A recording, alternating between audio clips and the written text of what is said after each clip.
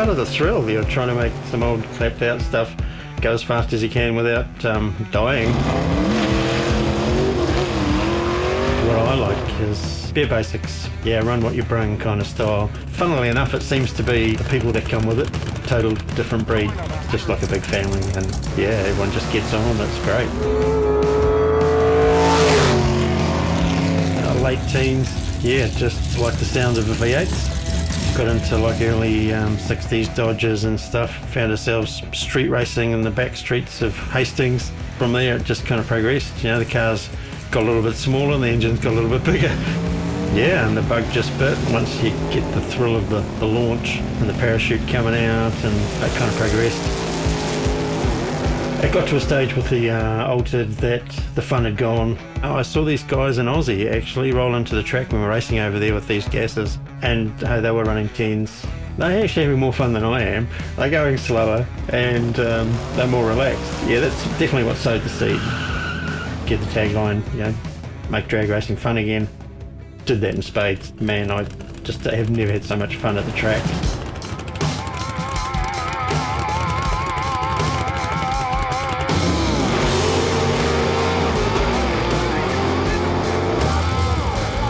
In the early days, the gases came about for guys getting innovative to find better traction. So they had the compound of the tyres wasn't as great, so they'd raise the engines and put more weight transfer to the rear of the car. Vintage gases are all about the show. So it's the crowd coming to see these cars that look pretty berserk. Some of the owners look equally berserk, you know, raised at the front as much as possible, big burnouts, dry hops. It's our take on taking it back to the 60s. So we're not gases to the T as you may have seen in the 60s, but it's our take on it. You know, one of the ideas was to get crowds back to the tracks. You know, what did the people miss about going to the track? You know, remember the days of the Wild Bunch? That was kind of all part of it, you know, was as well as us having more fun, we're doing dry hops and big burnouts. Who doesn't want to do that? But, you know, if you're watching as well, who doesn't want to see that? So that's all part of it. It's all the drama.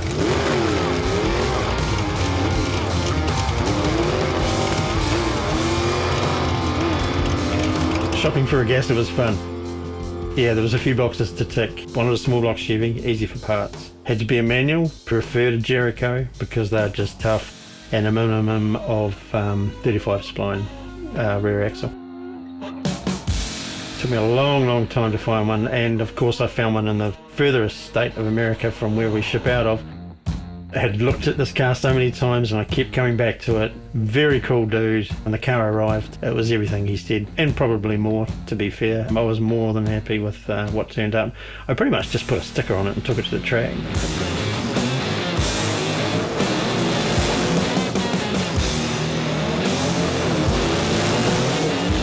Lark Ness Monster, what a cool name. And the fact that it's pretty ugly, but GT's Henry J, you know.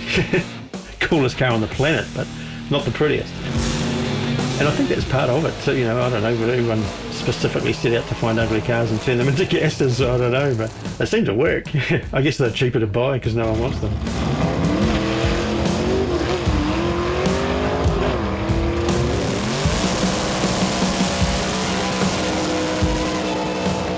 I've found my niche, I guess.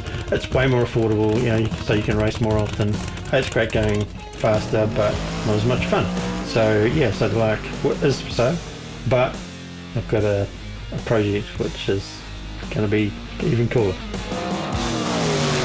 It's got to look nostalgic, it's got to look old, it's got to look cool, it's got to look different. Something unique to watch going down the track. Keeping the gasser style alive is a great thing to do.